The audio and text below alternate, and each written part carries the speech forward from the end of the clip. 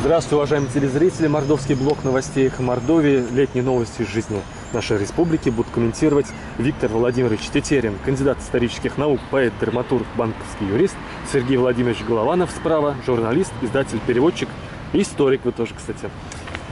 У нас Петр Николаевич Тултаев для нас придумал девиз: пока мы будем безучастными, мало что изменится. И вот два небезучастных человека по телевидению и один в радиоэфире за камерой. Итак, у нас Всемирная организация здравоохранения сообщила, что за 2018 год Россия на втором месте на 100 тысяч человек после Китая по числу смертей онкобольных. А Минздрав России сообщил, что по итогам 2018 года по распространенности злокачественных новообразований Мордовия на втором месте. За прошлый год умерло 1380 человек от рака. Наталья Борисовна Шерстобитова, зав. Поликлиническим отделением онкодиспансера. Потом мы перечислим подробно, обсудим каждый фактор и причину онкологической эпидемии в Мордовии. А вот сейчас коротко, какие вам кажутся главные причины? Кто нас больше? Улыбайтесь хорошо, а теперь насколько я помню, со времен участия в демократическом движении на митингах 90-го года или собраниях часто говорилось о том, что в Мордовии неблагоприятная экологическая обстановка. И там приводились факты, что здесь были утечки ядовитых веществ.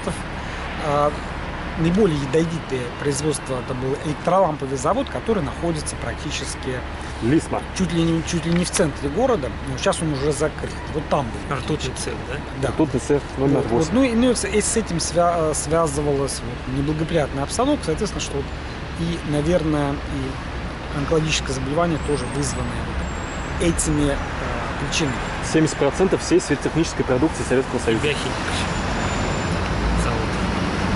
Перенимай эстафету. Я не знаю, с чем связано. Я могу только добавить, может быть, то, что у нас, возможно, задело облако из Чернобыля каким-то образом. По крайней мере, некоторые зоны считаются чернобыльскими, люди там получают компенсации. Еще какие версии? Потом, конечно, может быть, недостаточный охват населения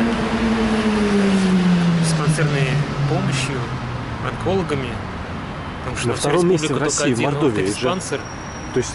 где огромные очереди, как я помню, во время своих посещений, когда я там бывал по ситуации с отцом. Сейчас, правда, строится новое здание, возможно, станет лучше в этом плане. Вы кратко пересказали всю программу. Давайте все равно коротко пройдемся. Я, во-первых, очень важно, чтобы статистика была честно, не фальсифицировалась. У нас с 1953 года, но она до сих пор фальсифицируется, эксперты выделяют ряд факторов. Да, именно онкологическая статистика фальсифицируется и завышают раннее выявление и сваливают все на неустановленные причины смерти и на старость, чтобы улучшить онкологическую статистику, и куча разных других причин. А вам кажется вообще, насколько важно улучшить сбор статистики, насколько это важно вообще для принятия правильных организационных решений в области улучшения ситуации? Наверное, нужно пригласить экспертов со стороны, которые бы сделали заключение, например, кроме того, что наши местные врачи, должны быть еще, наверное, врачи из каких-нибудь других мест. Хотя, честно говоря, там, где существует у нас единая государственная медицина, там сложно ожидать, что фальсификация невозможна. То есть вопрос, почему у нас фальсифицируют, да? Я так понимаю. Проблема это важно или не важно? Потому что система сама построена на статистике у нас еще советских времен, да? Соответственно, появляется соблазн ее как-то улучшить. Зарплаты врачей зависят от этих факторов, насколько я знаю. Корень здесь лежит. Основной, как мне кажется. И, может быть, контроль недостаточный со стороны проверяющих. Это уже вторичный фактор. Но если нас, как мне кажется, фальсифицируют выборы политические, то вряд ли стоит ожидать, что у нас в Мордовии меньше фальсифицируется медицинская статистика, как вам кажется? Это уход такой, да? Или, может быть, здесь наоборот мы компенсируем честностью? Согласен с твоей логикой. Хотя стоит подумать над этим. Да. Фактами не обладаем Не, в я полной тоже. степени. А вот сейчас мы давайте похвалим власть. У нас и по массовой гибели в Саранке приняли решение, и по ржавой воде уволили Саранск горводоканала руководителя, поставили бывшего заместителя главы администрации. Тултаев пожертвовал своего, одного из лучших, видимо, администраторов. Кроме того, Петр Николаевич поручил обновить Саранку, запустили мальков, очистили от погибшей рыбы водоросли, забетонировали трубы канализационные в Саранку. Потом около тепличной водоем, там был тоже мор рыбы, выяснилось, что это пестициды. От тепличного тоже наказали. И Мокшу стараются очистить. Как вам кажется, все-таки стараются власти вот, водные объекты улучшать у нас в Мордовии? Раз вы сейчас прочитали, значит, надо верить. В это надо верить. То есть никаких доказательств у нас нет, остается только верить. И благодарить власть Да. за их эффективную работу в данном вопросе. Нет, я видел только... Да. Ну, просто как бы эта причина, сама проблема, она очень давняя. Дело в том, что Саранка – это главное срамное место Саранска. И просто большая часть людей, они считали, что самое лучшее – это Саранку загнать в трубу, а по этой трубе пустить автодорогу, как это сделано в Москве. Не глинный, да? Да, Как, то есть вот это такой индустриальный подход, что вот Москва нам дает примеры, как вот решать проблему этих мелких речек, которые вроде никак нельзя использовать в хозяйственных целях, вот, значит, ее загнать в трубу. Атлантический океан загнать в трубу.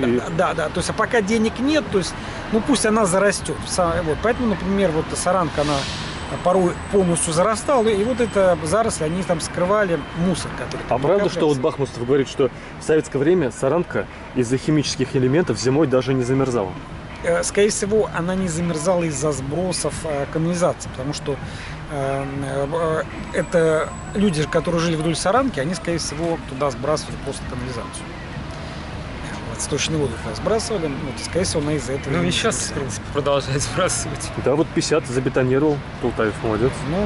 Это хорошо, но это проблема не только властей, это проблема всех жителей, чтобы нужно повернуться лицом к реке, то есть что как бы... Ведь к реке, чтобы не шумело.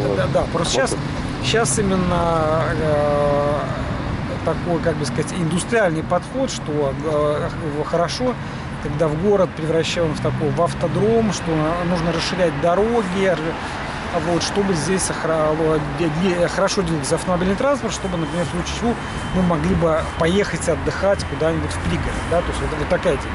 Но в реальности это утопия, то есть она плохо закончилась. Оказалось, что когда много автодорог, когда улицы практически автодороги, людям тяжело жить в городе, а просто поехать даже куда-то отдыхать, это просто тяжело. То есть это ждать автобус, покуда он подъедет, куда-то ехать и так далее. То есть в результате чего города они стали постепенно как бы вымирать из-за этого, то есть активные люди стали уезжать из таких городов, искать себе чуть-чуть что-то получше. Вот. Поэтому сейчас мы достигли такого момента, когда вот эта вот индустриальная утопия, она должна постепенно уйти, что мы как бы должны вновь повернуться лицом к природе, сделать так, чтобы в городе было не только хорошо, удобно работать, но и отдыхать. То есть, чтобы здесь были также места отдыха. Его самое лучшее место отдыха как раз вдоль реки, когда естественная вода течет, вот, так сказать, вот она, то есть люди постепенно должны к ней повернуться лицом, и значит, Саранка должна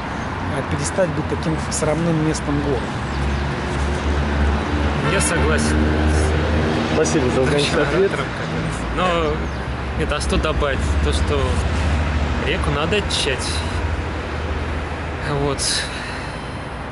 Хорошо, что к этой проблеме повернулись лицом. Ну, не могли не повернуться после того, что происходило летом у нас, когда там рыба плавала кверху брюхом, вымерла практически вся в Саранке. Стояла дикая вонь там. Как бы это все отражается на имидже города, ну и вообще недовольство людей вызывает. Экологические проблемы сейчас одна из основных проблем в современном мире. Ну, Виктор, вы замечаете, что власть совершила хорошие поступки. Уволила руководителя Саранск горводоканала, очистила реку Саранку, Мокшу собирается. Поддерживаете эти? Да, конечно, как Все, можно хорошо. поддерживать? Я считаю, что вот надо вначале преодолеть страх хвалить власть за какие-то решения, а дальше еще следующая ступень смелости наступает, это уже критиковать. А то люди у нас даже на первом этапе страх у них появляется, что они вообще не хотят нести ответственность ни за какое решение власти. Поэтому это нас не касается. Мы не будем ни поддерживать, ни ругать. Это нас не касается. Итак, смотрите, лекарства. Насколько снабженность лекарствами у нас хорошо поставлена, потому что 22 июня, 26 июня прокуратура Мордовии выявила нарушение в Краснослободской аптеке и в Дубенской больнице. Как вам кажется, вот это все нормально у нас у онкобольных с лекарствами в Мордовии? Естественно, мы не знаем, но как вам кажется? Нет, я-то знаю, потому что у меня отец был онкобольным. Сейчас он уже умер, к сожалению, в 2017 году. Но, по крайней мере, то, что ситуация в то время была, несколько лет назад, я помню, да, не было лекарств конкретно, вот, которые ему требовались. Бесплатные аптеки, имеется в виду, по, как сказать, по льготным рецептам. То есть они иногда бывали, иногда их не было, они пропадали, соответственно. Я не знаю, как сейчас. И как приходилось власти выкручиваться? Что? Ну, приходилось покупать за свои деньги. В Саранске или в Москве? Из Москвы, в том числе. Иногда в Саранске можно было. То есть по льготным лекарствам рецептам они закончились, а за деньги, пожалуйста. Такая была ситуация. Ну, то есть, хорошо, что там не бешеные деньги, но все равно там 2000-3000 стоила упаковка лекарств. То есть, если было есть, накладно. если у онкобольного есть ребенок, который готов поехать, найти, тогда есть шанс спасти там, или продлить жизнь. А если нет таких детей, то нет шансов, получается, да? Что, куда поехать? Сложная конструкция. В общем, зависит, есть ли дети у онкобольного, да, если тот, кто поедет в Москву за лекарствами. То есть не обязательно дети, близко какие-то, да, ты имел в виду? Угу. Ну, в том числе... Вот сейчас улучшилась ситуация, как думаете? Я вот не могу сказать, потому что я сейчас с этим не сталкиваюсь. Но не думаю, что кардинально улучшилось, потому что, вот, насколько я читаю новости, там периодически жалобы возникают на то, что перебой с лекарствами. Именно в Мордовии, да? Да, именно в Мордовии. Сложно, но я считаю, что это вот относится к типу таких вечных проблем. То есть, что когда люди переехали из деревень в города, большая часть стала городского населения, они стали жить в более тяжелых условиях и, соответственно, стали чаще болеть. И вот как бы прогресс привел к тому, что те деньги, которые люди зарабатывают в городе, они уходят на лекарства. То есть, что, ну как вот, и отсюда мы возвращаемся к бессмертному Гоголю, который там в эпизоде там смотреть угодно заменить, что наши люди они простые, что если кто вот умрет, он и сам умрет, если кто выздоровеет, он и сам выздоровеет. Вот мы, собственно говоря, вот так же проблема. А если вернуться к бессмертному Бахтину, он много курил, а если в среднем по раку России... Около памятника, к которому стоит. Да, говоря, да? На втором месте в мире, по раку легких мы на первом месте в мире. Наверное, из-за выхлопов предприятий и других выхлопов, и выхлопов никотиновых. Вот смотрите, у нас был в 2013 году чемпионат мира в Москве. Двое, как сказать, из Мордовии выходцы заняли призовые места. В феврале 2014 тоже Олимпиада, тоже мордовские спортсмены побеждали, ну и российские. А вот выяснилось, и сейчас Парижский уголовный суд по 2013 году заводит дело. И тогда по Олимпиаде в Сочи выяснилось, там 1500 проб Это про скрывалось. ходоков, что ли, да? Про кого? Ну, они, да, разные. Вот бегуны в чемпионате мира. Так вот, и вот уже новый руководитель Руссат, и там был Роченков, он сбежал в Америку, потому что не хотел, чтобы его здесь прикокнули, потому что 3-14 февраля 2016 года были отравлены 2 руководителя российского антидопингового агентства. Ну, якобы они сами вот отравились случайно за 2 недели. И вот чтобы Роченкову такая судьба не постигла, он дал показания признательные, что действительно он скрывал эти положительные пробы. И до сих пор он там скрывается.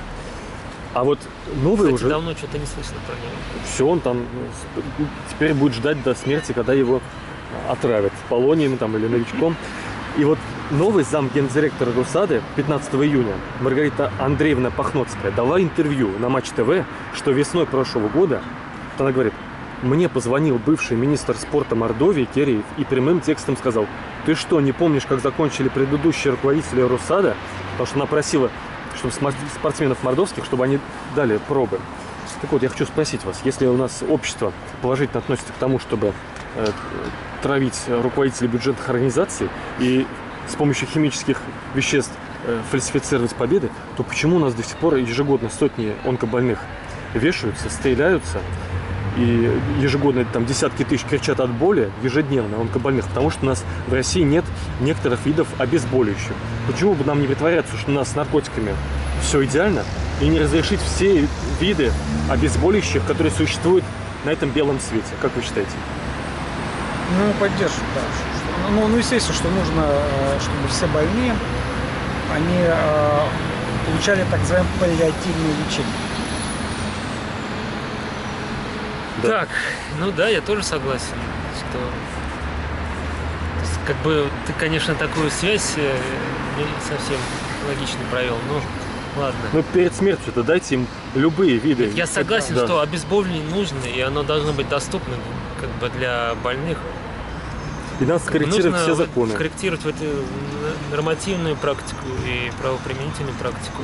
Ну, вот юрист Это сразу ничего, в принципе, сложного нет, кроме как бы, некоторой политической воли. Мне кажется, и даже на уровне президента были какие-то выступления на эту тему, что нужно как бы облегчать паллиативную помощь и доступ к ней. И мы с Тоже вами важное направление. поддерживаем мнение президента. Мы Конечно. политически лояльные люди. Вот и мы тему Ну, по следующую... данному вопросу, Да.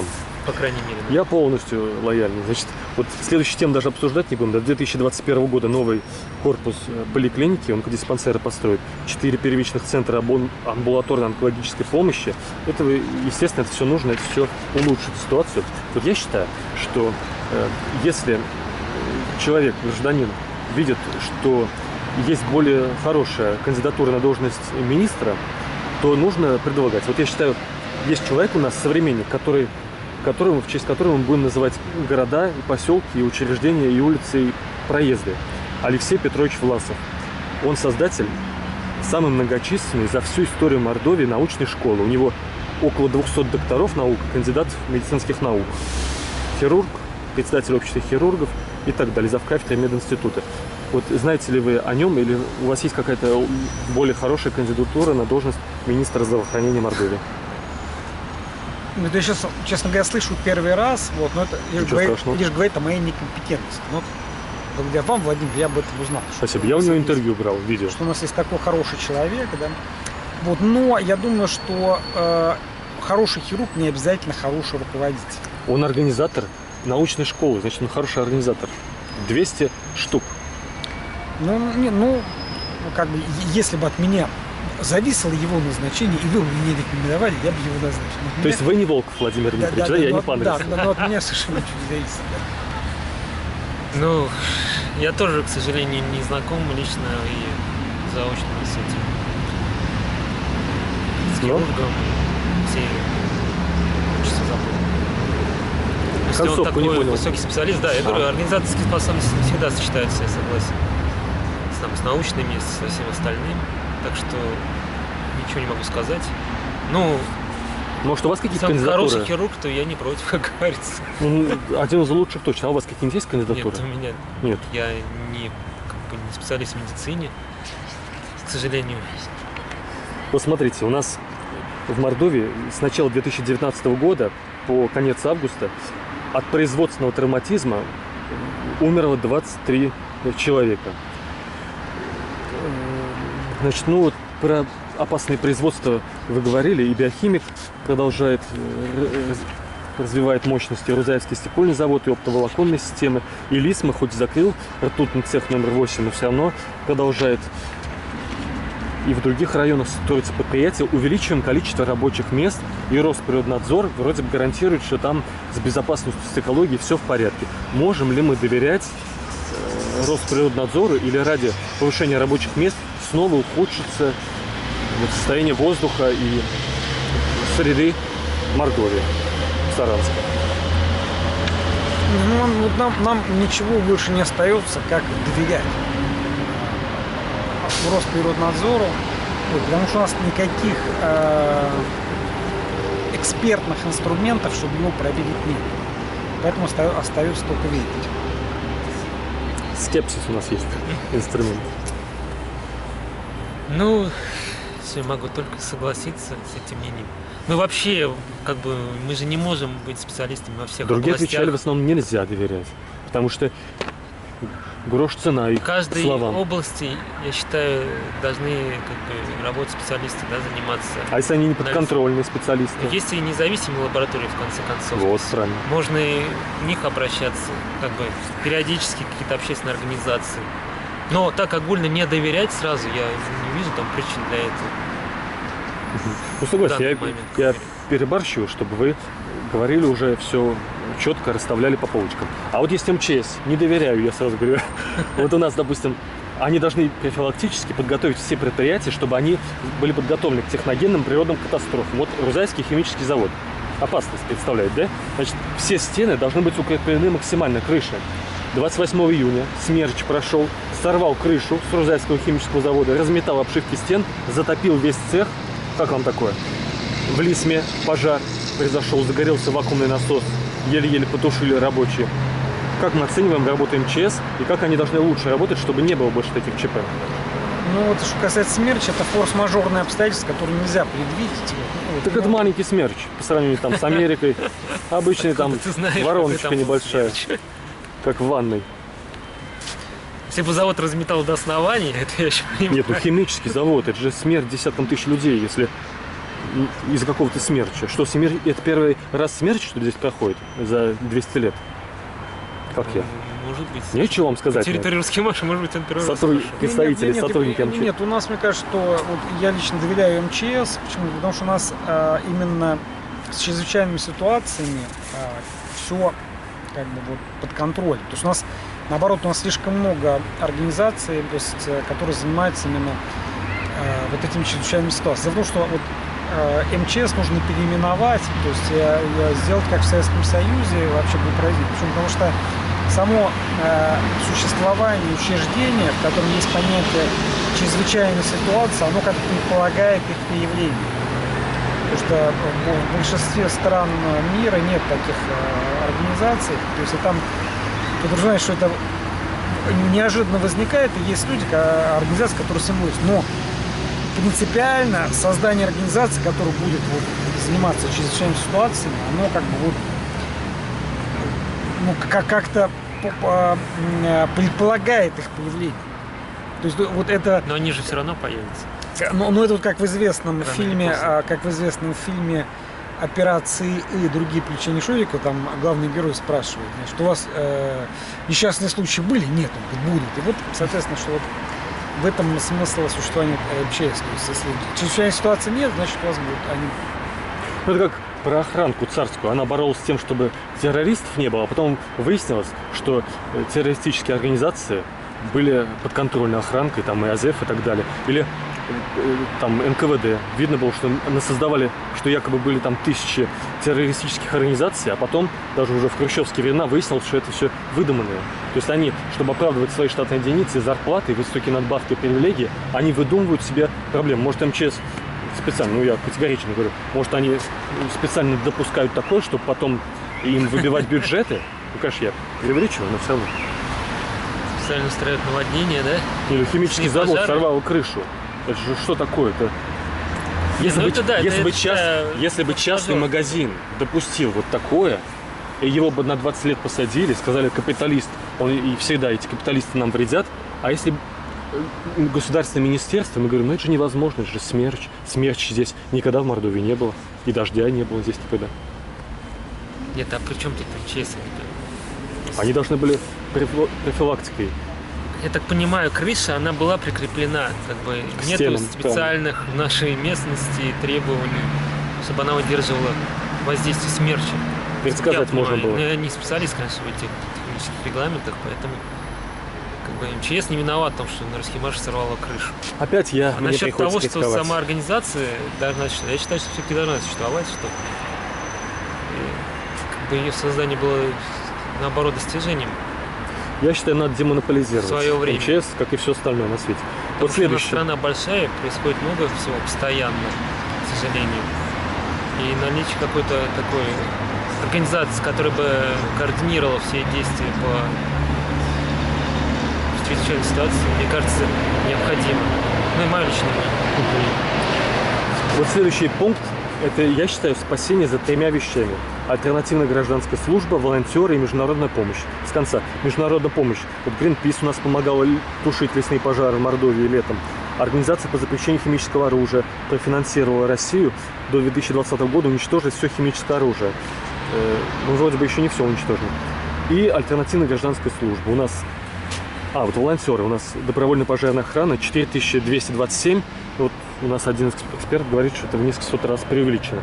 Но они вот уже по официальным данным сами только 57 пожаров потушили вот за этот год в Мордовии. А по поводу альтернативной гражданской службы у нас около 1000 в каждый призыв. Вот весенний, более 1000 пошли учиться там, захватывать курортные полуостровы соседних стран.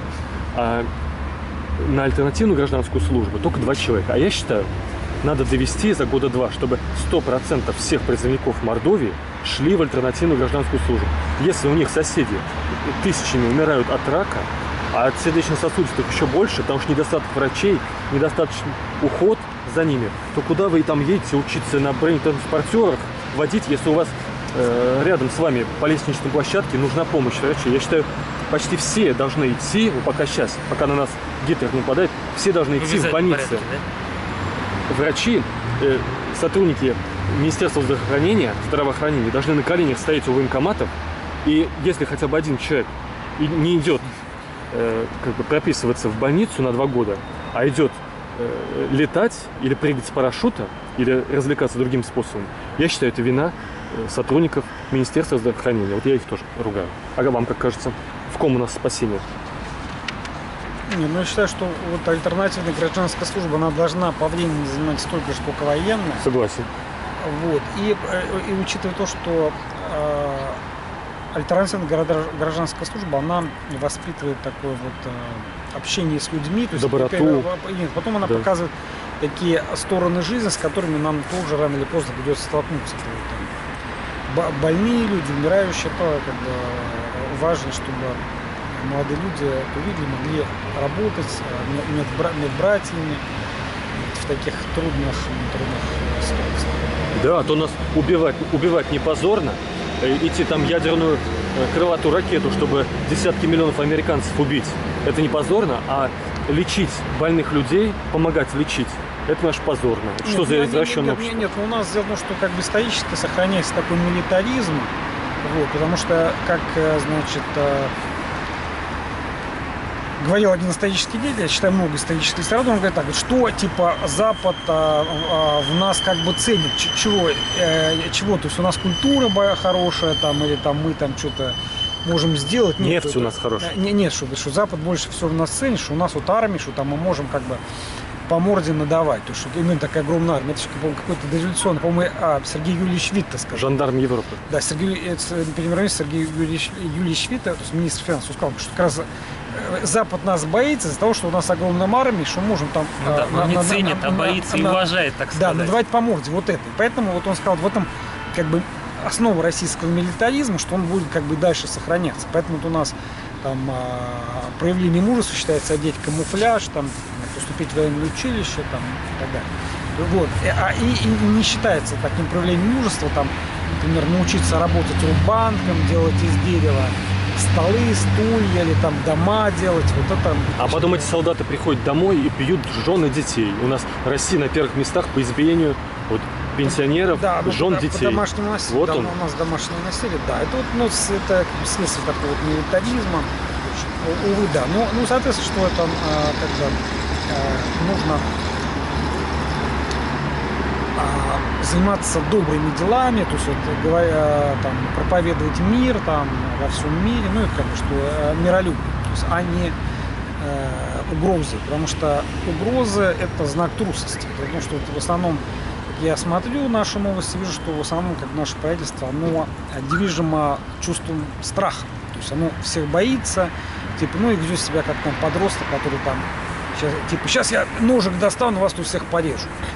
Просто сейчас, бегает по двору с ножом и пугается. То есть пятиклассник выходит, видит худящих десятиклассников, с стороны 100 метров достает ножик, я вас сейчас всех тут порежу, чтобы они не слышали. И мне кажется, что часто мне напоминает это наше правительство, которое говорит, вместо перочинного ножика у него там чемоданчик, сейчас там начнут там ракеты пускать. Бомбардировщики, это все как бы достаточно смешно, то есть на уровне вот логика подростка. Виктор Владимирович, вот волонтеры, альтернативная гражданская служба, международная помощь, что вы видите нас, может нам помочь? Нет, я за все вот эти формы, которые ты перечислил. Согласен, что альтернативная служба должна быть более доступна, так сказать, не отягощена вот этими там, более длительным сроком, чтобы большее количество людей шло на нее. И, соответственно, в обществе должна быть пропаганда того, что то есть не вот этого милитаризма, да, как было сказано, а именно что работа в домах престарелых, там, не знаю, инвалидов с инвалидами, в детских домах, это не, как сказать, тоже уважаемые в обществе занятия. И наравне, по крайней мере, если не лучше, то хотя бы наравне со службой в армии. Потому что, на самом деле, это для общества это имеет, может быть, даже большее значение, чем служба в армии. Хотя я не соглашусь с твоей логикой, что вот нужно всю армию разогнать, там, всем идти только работать дома престарелых. Армия тоже нужна, но не, в нашей стране значение слишком преувеличено, слишком большие доходы при нашем богатом бюджете, расходы, точнее, тратятся на армию. Но просто армия, она должна занимать свое место в нормальной европейской стране, свою нишу, а не, так сказать, не выпячиваться на первое главное место центральное в общественном сознании. На территории Мордовии есть захоронение боевого химического оружия Фаскена и Иприта в конце 20-х. Закопали и забыли. Две версии, где оно может находиться. Или оно находится официально под военным складом номер 62. И вот две версии, что это такое. Военную тайну ты сейчас рассказываешь. Это опубликованный документ Государственного архива в 2001 году, и столица С опубликовал эту информацию. Если что, я оттуда беру. Валерий Ярцев, смелый журналист. Он у меня в правительстве даже, значит, министр печати за его смелость. Он по оргпреступности пишет, смелейшие вообще статьи. Так вот, он в 2001 году опубликовал интервью и беседу с местными жителями. Но я вначале хочу сказать, что военный склад 62, это военная база в Саранске, как раз называлась военный склад 62. И там этим летом произошел пожар. Сгорело 3 склада деревянных, черный дым до небес. Если бы под одним из них было захоронение химического оружия, мы бы все умерли. И вторая версия. То есть самого нету, да? Не знаю. Захоронение. Но я думаю, вторая версия более правдоподобная. Может, Уже все украли. Может, под другим складом, может, под другим, не под этими 3. Или украли. Нет, украли не могли, это вредно. Там причем металлический патрон уже разрушился, он 80 лет держится, а это уже прошло, уже около 100 лет. И там Иприт, и Фазген уже в почве почти. И вторая версия, в центре Рамаданова есть станция Красный узел. И там вот, как раз по версии вот тех, с кем общался журналист столицы С, там было как минимум 4 склада длиной более 150 метров. Эти склады на дерево разобрали и на, видимо, кирпич там и так далее. А это все в земле так осталось. Ну, как и в более 500 мест вот таких свалок, которые вот Федоров выяснил по всей стране. Там тоже было химическое оружие, да? На Красном узле. Скорее всего, вот именно там это было. И оно до сих пор под землей в центре Рамаданова. И мы знаем, что недавно вот, во-первых, около нефтебазы находится это то место. Нефтебаза может взорваться и детонировать химическое оружие и уничтожить все население Рамаданова. Потом, может, там сейчас недавно был, ну и надо вот, я не МЧС, я могу предсказать, потому что мы заранее можем предсказать, только МЧС не может предсказать, что у нас дожди идут над Рузаевкой и Смерч. Потом, там недавно полигон мусорный горел, а если бы он горел, как раз если там склад снесен, он может гореть над химическим оружием, тоже все взорваться к чертовой матери и уничтожить. И третий вариант, вернее, третье вот что. Недавно вкладывались деньги в этом году на реконструкцию парка в Рамаданове. Смысл тратить деньги на реконструкцию парка, если в нескольких 100 метрах находится склад, который уничтожит всю администрацию, всех, кто будет реконструировать, и полное население Рамаданова. Как вы считаете? Я считаю, что нужно найти это место, достать, утилизировать и радоваться жизни. А вы как считаете? Нет, ну естественно, но как бы, во-первых, нужно точно знать, было ли там оружие, потому что, как мне кажется, это так называемые если оно сейчас нарративы, то есть это то, о чем говорят люди. То есть очень часто в городах множество всяких легенд. Документ военного государственного архива, где находились склады артиллерийского боезапаса. Да. Но они могли находиться там 50 лет назад. Да. И потом И с тех пор могли всё уже перевести. утилизируется. То есть это вот нужно точно об этом Официально, знать. насколько я знаю, все химическое оружие уже в России утилизировано. Еще Да. в том году отчитались об этом. Да. Но То это есть только в официальных я местах хранения.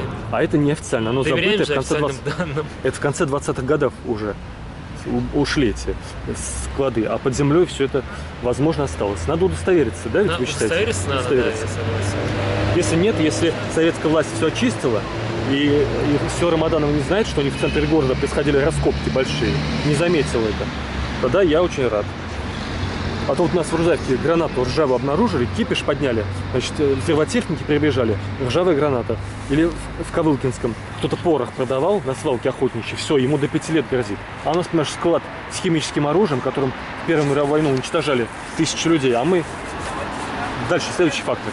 Чернобыльский... Сенсация, я бы сказал, если это на самом деле так. Да, это я в прошлом году узнал, уже дал год, чтобы сказать.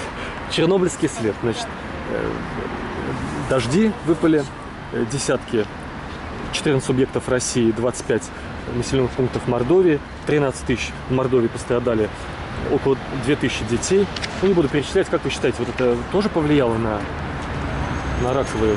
Ну, наверное, да. То есть, потому что именно такие радиоактивные вещества, они, как написано в энциклопедии, могут вызвать онкологическое заболевание. Ну, да, я вот в начале нашего общения об этом тоже сказал, что, возможно, на вот этот высокий уровень заболеваемости, онкологии у нас и чернобыльский след влияет. Как бы. Ну, нас не столько, конечно, задело, как вот там более близкие области, там Брянскую и соседние в Украине, именно к Чернобылю. Ну, наверное, да, какой-то степени оказывается влияние. У нас недавно произошел небольшой ядерный взрыв около Северодвинска. Слава богу, не в Мордовии.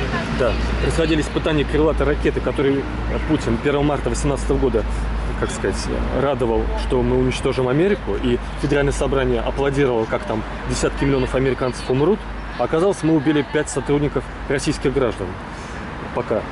И дальше, видимо, будут умирать только российские граждане от этой крылатой ракеты, в том числе уроженец, как бы житель Мордовии Сергей Евгеньевич Пичугин из Темниковского района.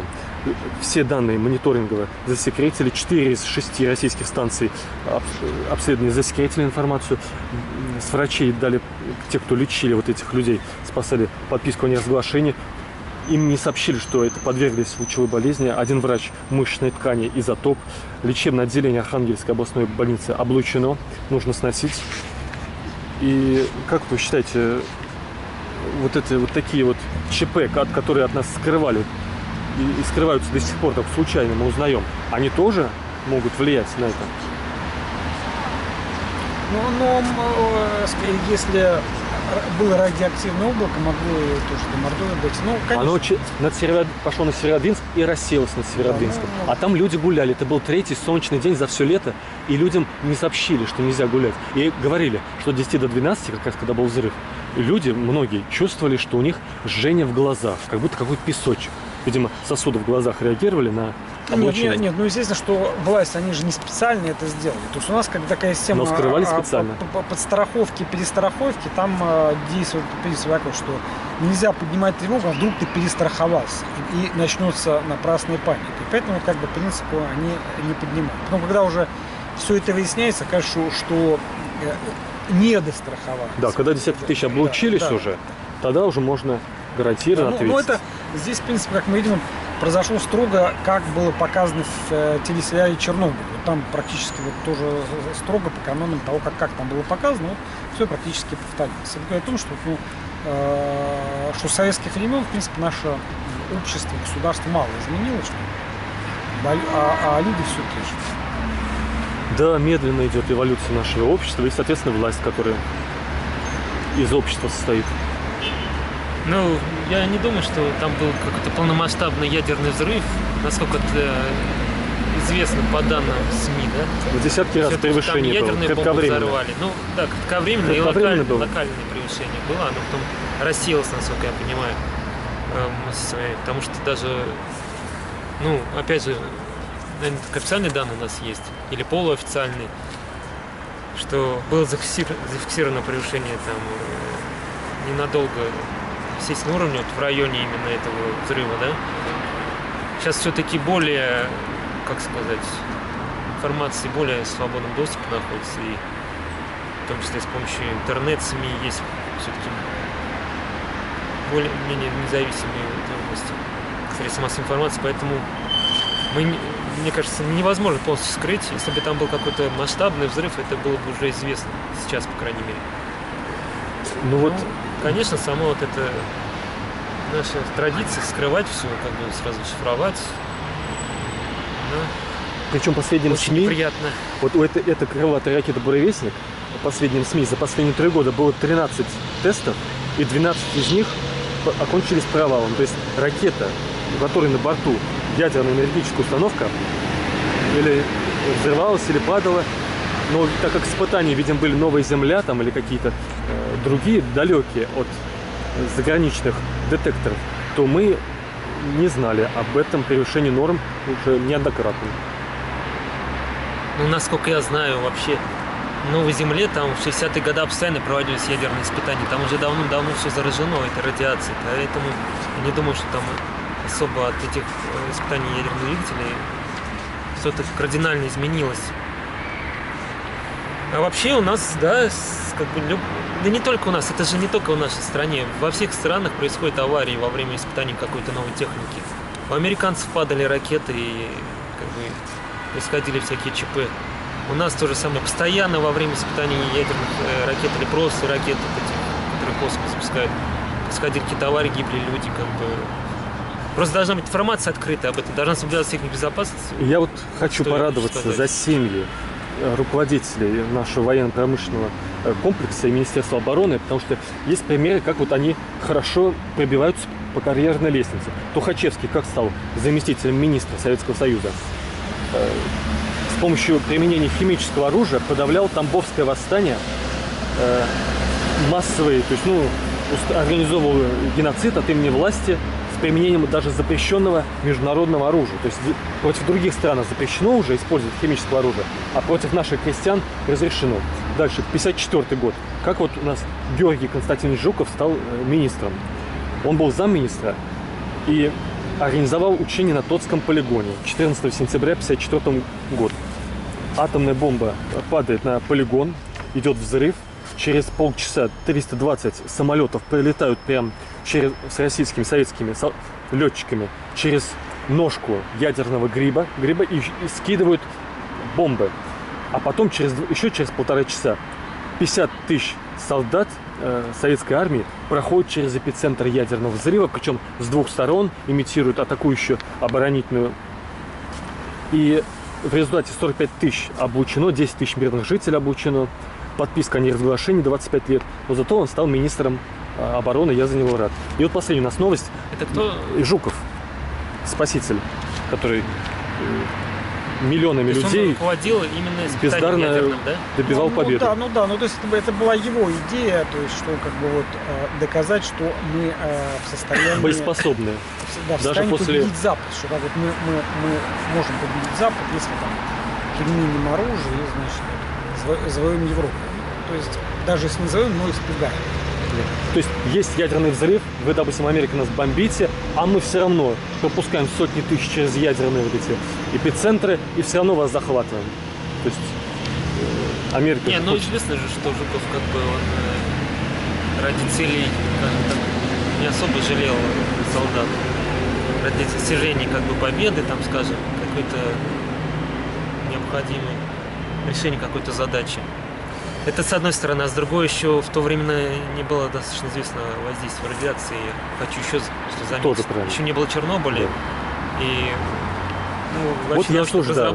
И нацистская Германия применяла химическое ядерное оружие, и Советский Союз, и Америка применяла. И никого нельзя из них оправдывать, защищать. Все они были виноваты в том, что уничтожали свой народ. Вот эти несколько стран, которые мешают человечеству жить. По полминутки вам ответ на вопрос. Пример приведен для Мордовии. по раскрытию общественно значимой информации. И во время Чернобыля мы только узнали из скандинавских средств массовой информации и государственных ведомств Скандинавии.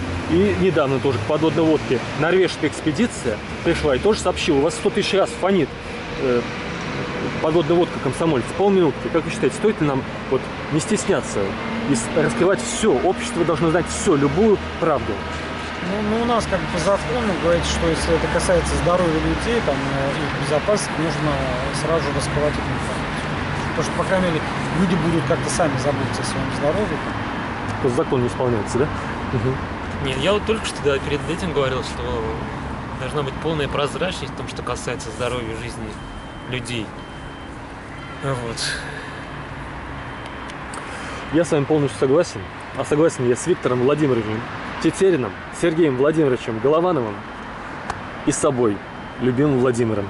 Большое вам спасибо. Программа «Мордовский блок новостей». До свидания.